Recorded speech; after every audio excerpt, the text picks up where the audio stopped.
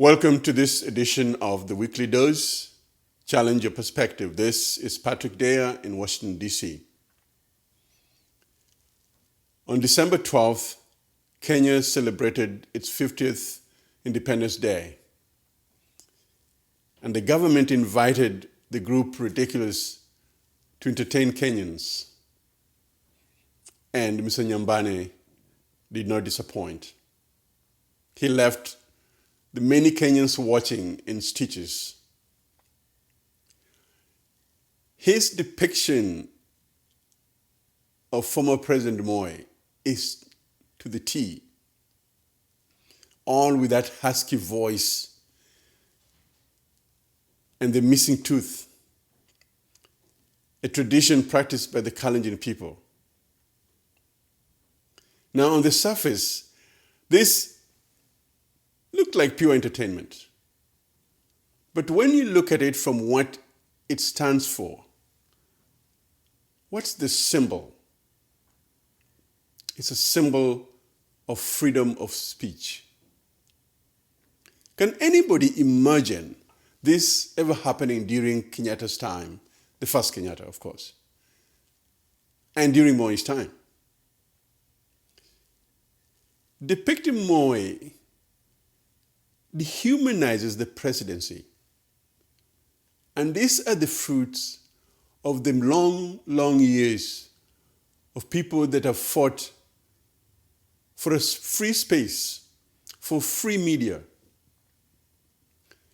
Now, a famed American journalist, Mr. Morrow, once said that a nation of sheep beget a government of wolves.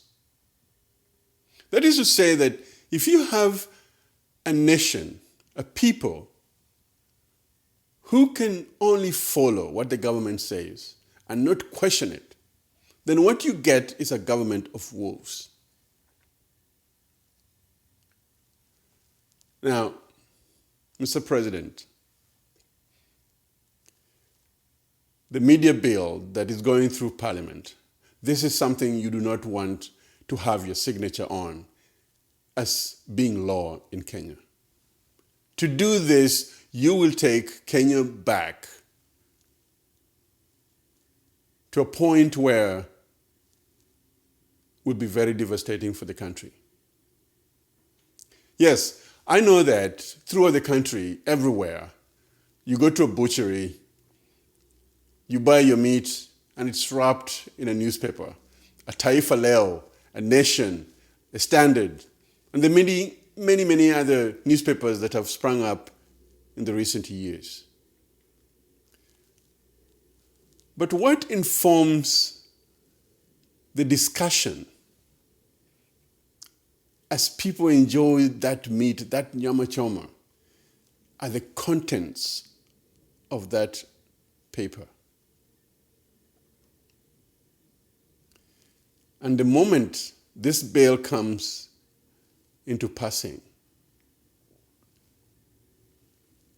the contents of those paper or papers will be merely rubber stamp or ignore the deep questions that the newspapers, the journalists should be asking. Tough questions to the government, to the administration, any administration, this one and the future. And Mr. President, you don't want your signature on this. Any bill that will make a journalist cringe on putting to paper what they discover, on putting to paper what they've researched, a story that they've been following, is not good for this country going forward. Just recently, we saw how devastating that can be when Mr. Kimayo issued an order that the journalists that broke the story about the KDF raiding and looting after the terrorists attacked Kenyans at the West Gate. Can you imagine a situation where if nobody came up and if the law did not allow that, these two journalists would now be sitting in jail for what has been proven. We've seen videos being shown. And Mr. President, the members of parliament that are trying to do this, these are not your friends. These are people who have an ulterior motive, and they want to do this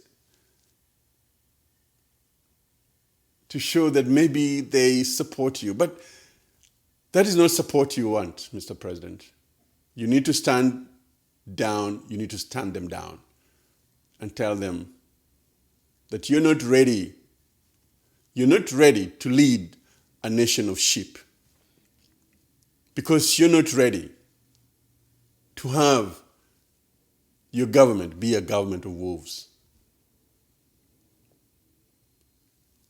Let the journalists do what journalists do: inform the population, write their story without the fear of being thrown in jail because they've invested a story that may not be in the interest of the government. This is a bill, Mr. President, that you need to throw out. That is my perspective. What's yours? This is Patrick Daya in the Weekly Dose, challenging your perspective.